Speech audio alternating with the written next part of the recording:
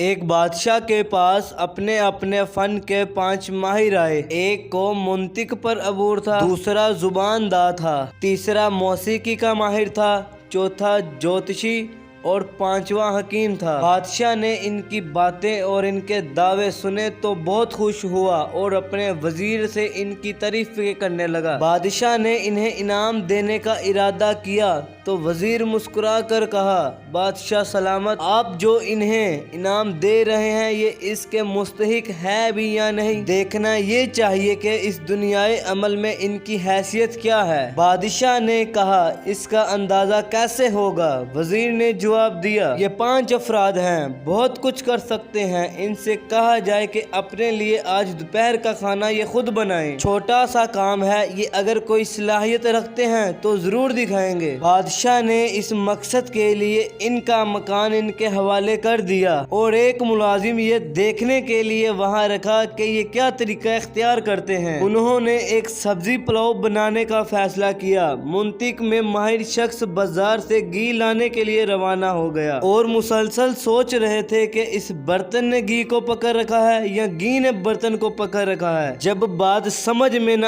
آئی تو انہوں نے برتن کو الٹا پلٹ کر دیکھنا چاہا، اس دوران سارا گھی گر پڑا۔ اب انہیں معلوم ہوا کہ برتن نے ہی گھی کو پکڑ رکھا تھا۔ بات تو سمجھ میں آ گئی مگر گھی ضائع ہو گیا۔ دوسری طرف زبان کے ماہر دہی لینے کے لیے گئے۔ دہی والی عورت نے کہا، لے لیجئے، دہی اچھی ہے۔ وہ تڑپ کر بولنے لگے، نہیں نہیں، دہی مذکر ہے، مونس نہیں، یوں کہو دہی اچھا ہے۔ سیدھی سادی عورت کا ان باریکیوں سے کیا تعلق؟ کہنے لگی، معلوم ہوتا ہے کہ تمہیں دہی نہیں چاہیے اور یہ مذکر مونس، مجھے تو گالیاں لگ رہی ہیں، جاؤ چلے جاؤ یہاں سے۔ وہ بغیر دہی لیے واپس روانہ ہو گئے۔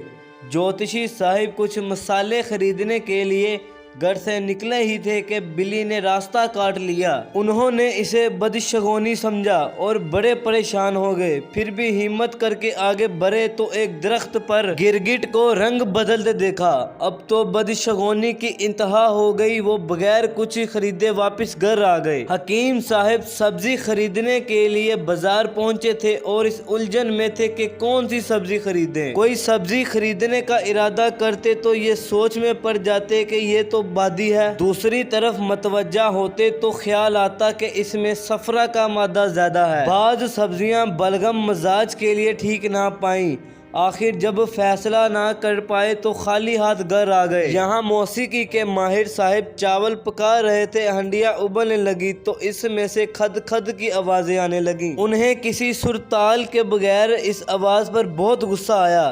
سر درست کرنے کے لیے ہاتھ نچایا، ہاتھ چاول کی دیگچی پر پڑا، وہ دور جا پڑی اور سارے چاول ضائع ہو گئے۔ دوپہر گزر گئی اور وہ سب بھوکے رہ گئے۔ سارا واقعہ بادشاہ کے سامنے پیش آیا تو وہ حیران ہو گیا۔ کچھ دیر سوچنے کے بعد بادشاہ نے کہا، سچ ہے، جو علم فائدہ نہ پہنچائے وہ بیکار ہے۔